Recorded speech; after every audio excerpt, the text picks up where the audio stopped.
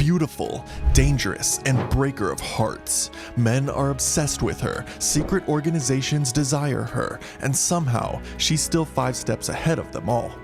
This is the story of Ada Wong. She has faked her identity more times than you can count, broken Leon's heart more times than you can count, yet continues to be the most untrustworthy, trustworthy person he has ever met. Ada Wong is one of the most recognizable characters in Resident Evil, not because she explains herself, but actually the exact opposite, because she never does. She appears, she lies, she throws Leon rocket launchers, oh we'll get there, and she vanishes before answering a single question. And somehow this works. Every time, I might add. Across multiple mainline games and a feature-length film, Ada goes from a mysterious woman in Raccoon City to a globe-trotting espionage wildcard who plays world-ending organizations against each other, all while Leon S. Kennedy continues to trust her with his life, for reasons science has yet to explain. Her story spans 3 mainline games: Resident Evil 2, Resident Evil 4, and Resident Evil 6, 1 spin-off game, and yes, this time I will be including the animated film she appears in, Resident Evil Damnation. This is everything you need to know about Ada Wong, game by game, leading into Resident Evil Requiem. And I want to make one thing very clear.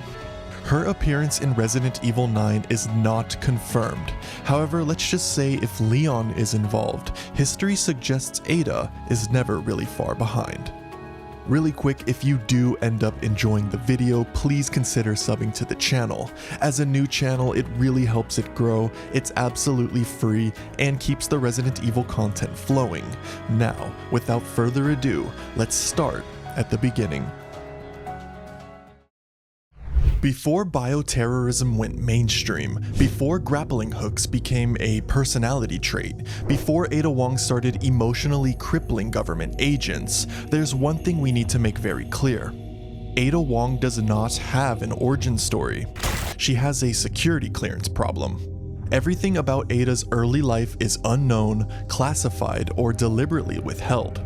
Her nationality is unconfirmed, her birthplace is unknown, her birth date doesn't exist, even her name is almost certainly fake. Ada Wong doesn't have a childhood backstory, she has an alias and a resume.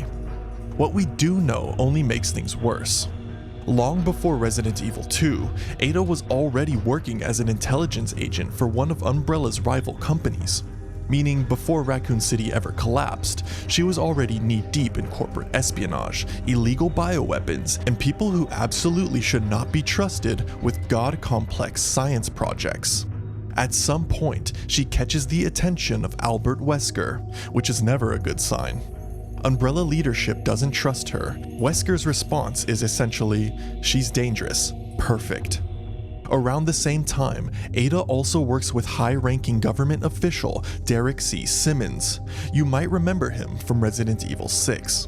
She takes freelance missions on his behalf, until he becomes obsessed with her. Get away from her! You're not half the man she needs!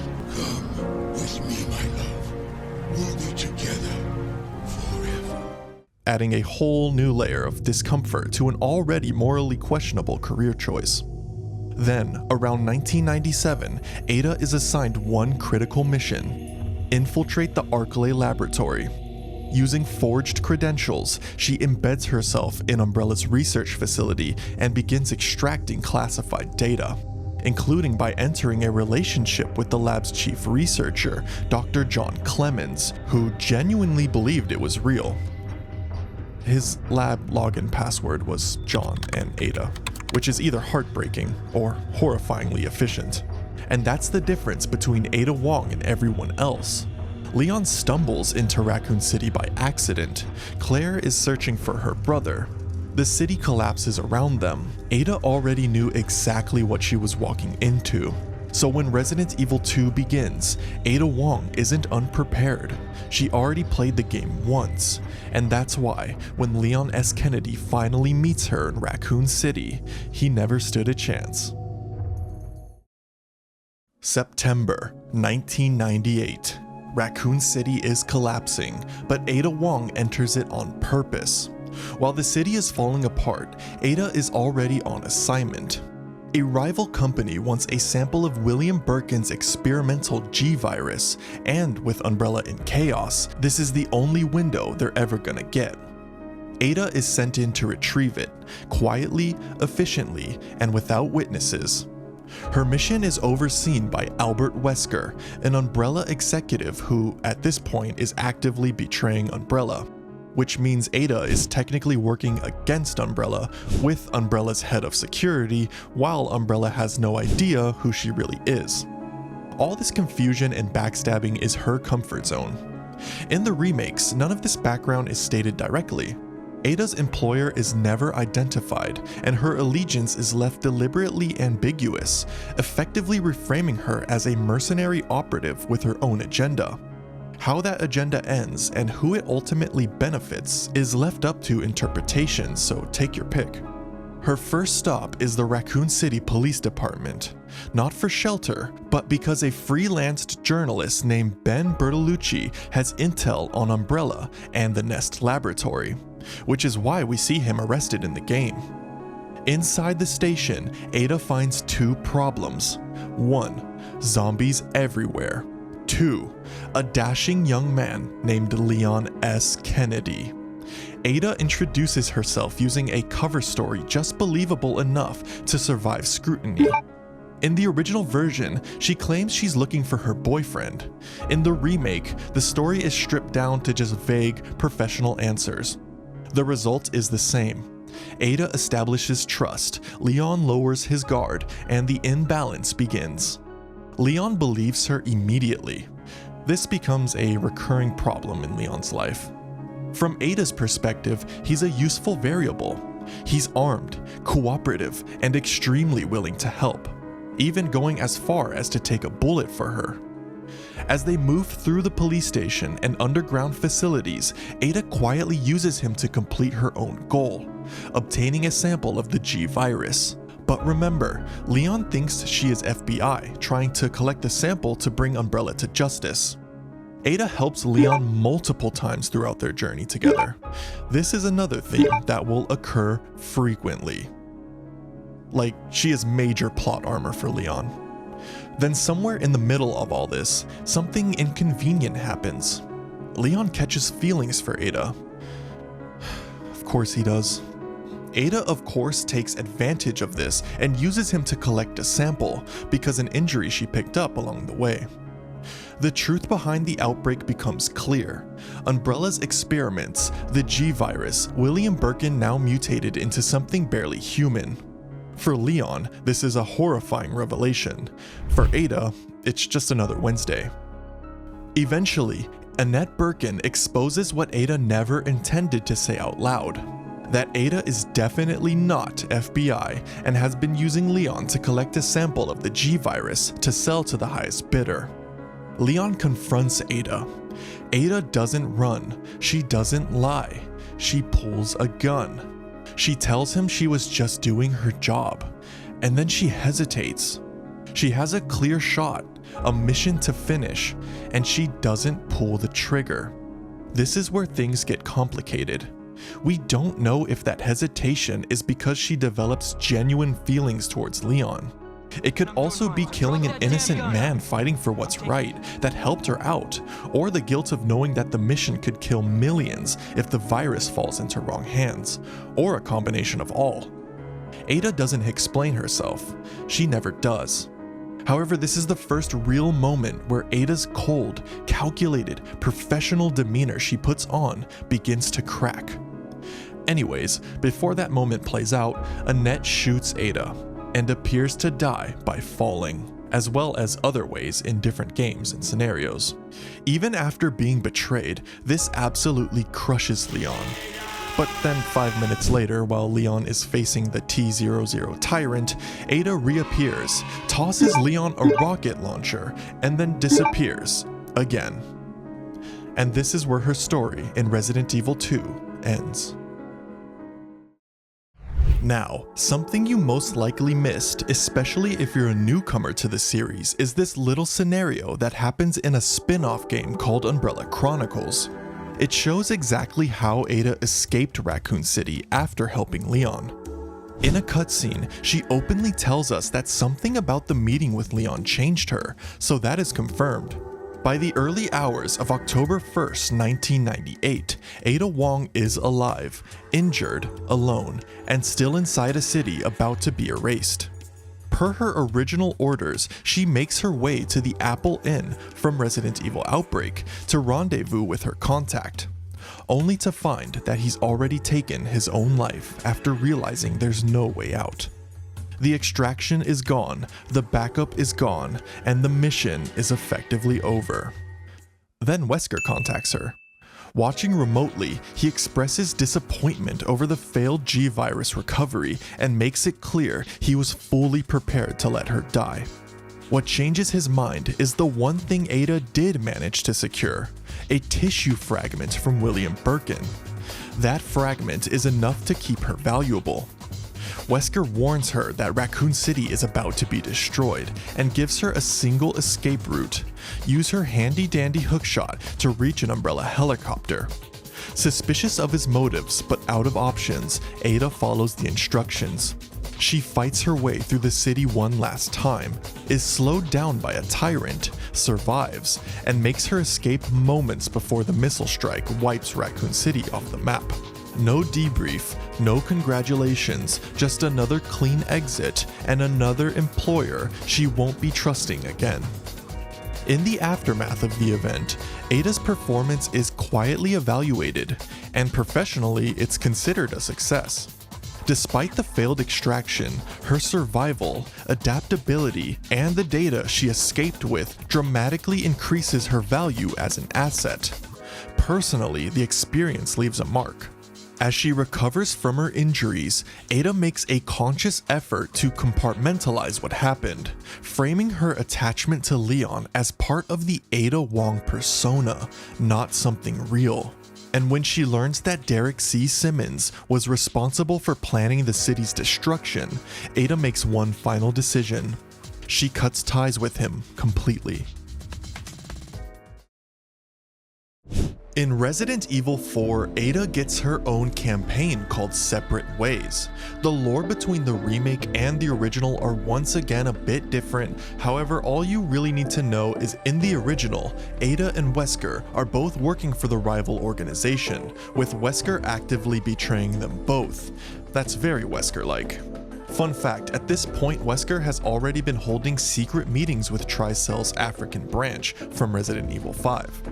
Wesker is still Ada's superior in the rival organization and is sent to retrieve a dominant plaga, a rare strain that can control others without overtaking the host's mind. In the remake, Capcom removes all of the corporate gymnastics. Ada is hired directly by Albert Wesker to retrieve the Amber, a parasitic specimen tied to Las Plagas. No rival organization, no internal politics, just Wesker, the objective, and the assumption that nothing will go wrong. And this is where the story begins.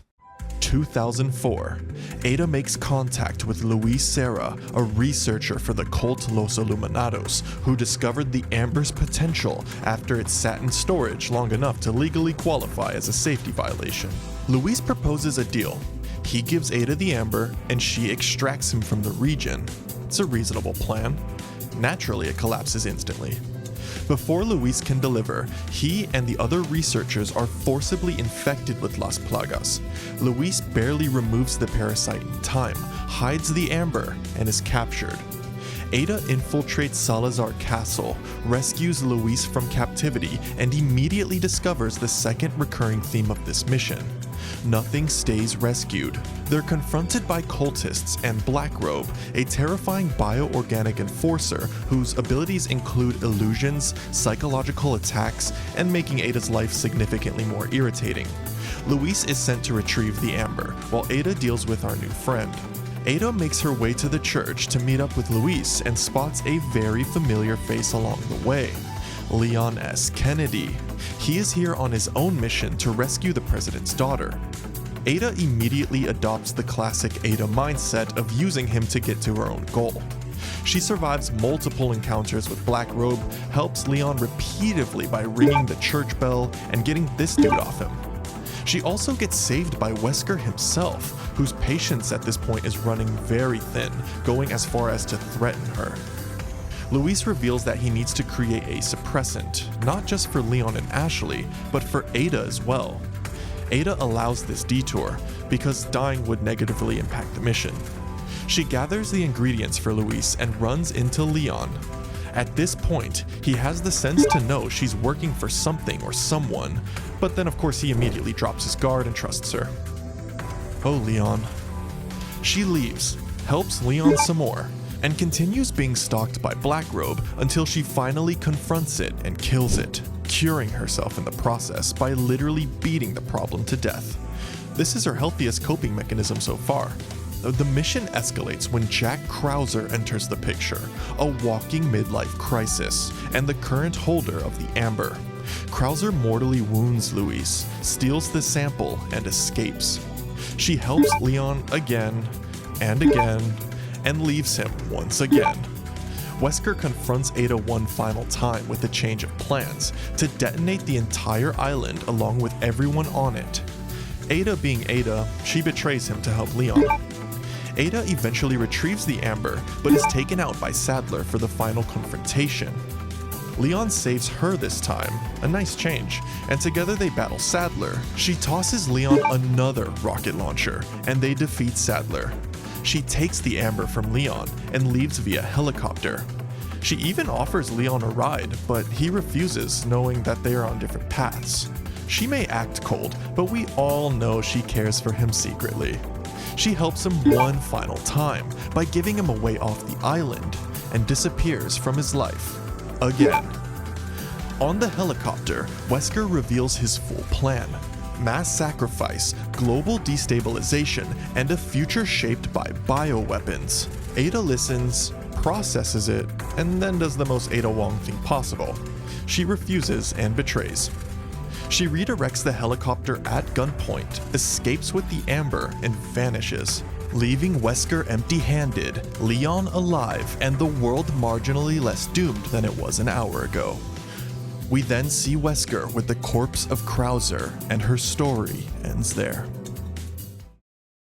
Between Resident Evil 4 and Resident Evil 6, Ada makes one appearance in an animated film. Yes, the animated films are canon, as so many of you love to point out to me. I was aware, but didn't actually think anyone cared for them, but here we are. Early 2011, Ada Wong is anonymously hired by Derek C. Simmons, the dude that was obsessed with her, to interfere with a bioweapons project in the Eastern Slav Republic, a country whose solution to civil war, unfortunately, is Plagas. The government has secretly supplied a defective parasite to rebel forces, hoping it will eventually override its host, turn leadership into mindless monsters, and collapse the rebellion from the inside. It's a war crime, but a subtle one. Ada is sent in to investigate, retrieve a Plaga sample, and leave no fingerprints. She poses as a BSAA representative, which works flawlessly until literally anyone checks. While on the ground, she runs into Leon S. Kennedy, again, who is also there investigating bioweapons and stopping evil Chris Redfield, because of course he is. We get the classic "what are you doing here" spiel, and Ada dodging every question imaginable. Ada things. We also get this interesting line. When are we going to, carry on from where we left off that night? Use your own imagination what she meant by that. She tells him to skip town and leaves via grappling hook. The next day, this dude literally just Googles if there is an Ada Wong in the BSAA and finds out immediately there isn't. Ada is exposed, accused of being a spy, and I kid you not, she goes toe-to-toe with the president of the country. I'm talking like Matrix or something. This woman does not mess around. So that happens, and also this, but Ada is eventually arrested. She escapes anyway, uncovers a secret lab beneath the palace, steals a Plaga specimen, and quietly leaves genetically engineered liquors to massacre everyone involved. She also saves Leon's life once again and disappears from it once again. Mission accomplished. The fallout is immediate. The bioweapon scheme is exposed, the country is invaded, and the world learns the truth. Ada, meanwhile, briefly becomes internationally wanted until every record of her suddenly vanishes because Simmons. June 2013. Ada Wong takes a job that immediately feels wrong. She's hired to rendezvous at a submarine to uncover important information. This time, there's no mystery employer. The man funding the operation shows his face. It's Derek C. Simmons. Ada is not thrilled. She is, however, curious. When she infiltrates the submarine, things escalate quickly. Her fingerprints are already on file. Video footage shows her being ordered to capture Jake Mueller months earlier, a mission she never accepted, never carried out, and was never present for. So Ada does the math. She's being framed. Before she can process that revelation, the submarine catastrophically fails and begins sinking, forcing Ada to escape in a torpedo tube, because this franchise refuses to let anyone exit a situation normally. Simmons contacts her again and finally drops the mask. Bioterror attacks are coming. In the United States, in China, across the world. And every single one will be blamed on Ada Wong and an organization called Neo Umbrella. 2 nights later, Ada arrives at Tall Oaks Cathedral, which, surprise, is actually a front for Simmons' secret organization. The city is already mid-outbreak. Even Ada didn't think Simmons would go this far. This is where she runs into, you guessed it, Leon S. Kennedy. He is obviously still in love with her. I mean, come on, look how happy he looks. She literally just pops up to help Leon and then leaves immediately, dodging any and all questions. Following Simmons' orders leads Ada to a laboratory where she finally uncovers the truth. The Simmons who hired her wasn't Simmons. He used the C virus to create a genetic duplicate of Ada Wong, Carla Radams, born from obsession, betrayal, and the worst coping mechanisms imaginable. Carla believes she is Ada, and she's been carrying out global bioterror attacks in her name. Ada responds the only way she knows how, by blowing up the lab and leaving for China. In China, the situation just gets worse. Carla is now a wanted fugitive. The BSAA is hunting fake Ada Wong, and Ada herself is forced to fight bioorganic weapons, escape collapsing cities, and briefly help Jake Mueller and Sherry Birkin. Ada tracks Carla to an aircraft carrier, learns the full extent of Simmons' obsession, and watches as Carla mutates, sinks the ship, and triggers a mass C-virus attack. At this point, Ada is no longer untangling a conspiracy. She's cleaning up someone else's breakdown.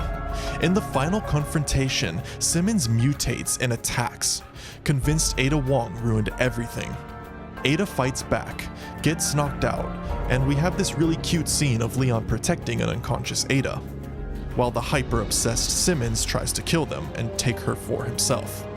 She wakes up and helps Leon again by stabbing an arrow into Simmons and letting him fall into the fire. No speeches and no closure. With the immediate threat neutralized, she leaves Leon again. She also leaves him another rocket launcher, her helicopter, and evidence that Simmons was behind everything. Where would he be without her, honestly? Ada locates one final laboratory and finds one last experiment, sealed, unfinished, and labeled as her greatest creation. Ada doesn't ask questions, she destroys it on sight. By the end of Resident Evil 6, Ada Wong has been framed for global bioterrorism, hunted by every major organization on the planet, and forced to confront the literal weaponization of her own identity. And when it's over, she doesn't clear her name publicly. She doesn't explain herself. She simply accepts another mission. You now know the most important events of Ada Wong's life as told through the games and movies. A lot of her still remains a mystery. However, you've seen where she started, the man that changed her, and how she saves him over and over. From Raccoon City to Spain to global bioterror, this is the version of Ada that just might grapple her way into Resident Evil Requiem. You're caught up. Now, for the very important question, are you a Leon X Ada believer, or a Leon continuing the Redfield bloodline believer? Please let me know in the comments. Thanks for watching. If this video helped you get caught up on Ada before Resident Evil Requiem, consider liking the video and subscribing for more Resident Evil content. It really helps the channel and I appreciate it. I'll see you in the next one.